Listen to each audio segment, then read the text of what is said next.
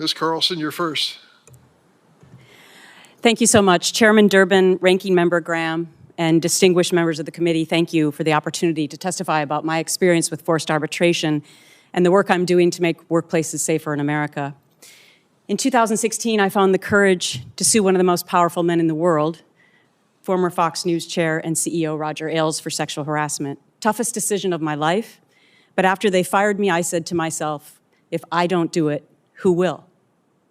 My story certainly made headlines, but it could have easily been swept under the rug like countless others because of that forced arbitration clause in my contract. No one starts a new job expecting harassment. I know I didn't. And few people can walk away from a job because of the fine print. I don't care who you are. Most people have no idea what forced arbitration means. In my case, it showed up in my last contract with Fox. I was told not to worry because it was, quote, becoming the way of the world. I could not have imagined how true that would prove to be. Employees have no idea that signing on the dotted line, accepting a forced arbitration clause, can strip them of their rights for future justice. Back then, I could have never known that my story would help propel Congress to start examining forced arbitration in a meaningful way. Thanks to other courageous women, to the members of this committee, and to other champions in Congress hailing from both sides of the aisle, survivors of sexual misconduct can now seek justice. Witnessing the president sign the Ending Forced Arbitration of Sexual Assault and Sexual Harassment Act 2 years ago was one of the proudest moments of my life.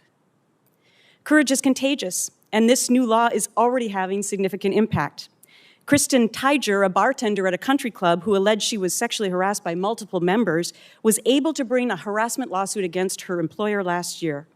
And even though her employer tried to still silence her by filing a motion to compel arbitration, the request was denied because of the new law.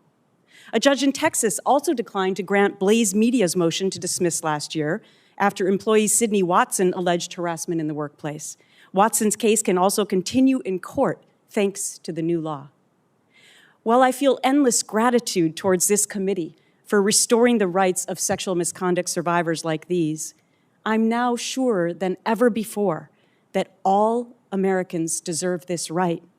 It's why I'm a champion of the new bipartisan forced arbitration bill, the Protecting Older Americans Act, co-sponsored by Senators Graham and Gillibrand, with endorsements by Chair Durbin and Senator Grassley, too. Thank you.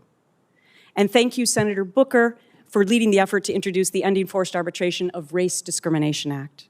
These bills give Americans a choice about whether or how to seek accountability, a choice that should not be made by companies or the government. You're going to hear from Joanne about age discrimination in a moment, but let me tell you about two former Tesla employees, Jasmine Wilson and Kabaru Awalan. They reported racist behavior at their California Tesla's plant, graffiti that read KKK and the N-word, but no action was taken when they went to HR, and they were forced into arbitration.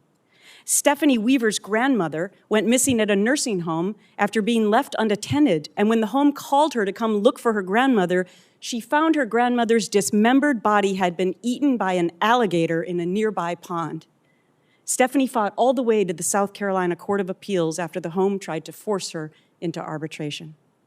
If your grandmother can be eaten by an alligator because she wasn't properly cared for, and a major employer like Tesla can be accused of rampant race discrimination, and in both cases, forced arbitration eliminates justice, something must be terribly wrong with our system. For the naysayers out there, the U.S. Chamber claimed all hell would break loose if you let women file their assault and harassment cases in court. There'd be a slew of new cases and companies would go out of business. But none of that has happened. Instead, survivors are simply being empowered with a choice. After my story at Fox News, a close friend said to me, "Gretchen, something good is going to come of this." At the time, I couldn't see it, but something great has come of all of this. Thank you for holding this hearing, and I hope when you consider the horrible stories currently being allowed to flourish within the secrecy of forced arbitration, you will agree that all Americans deserve this choice. Thank you. And thank you for stepping up.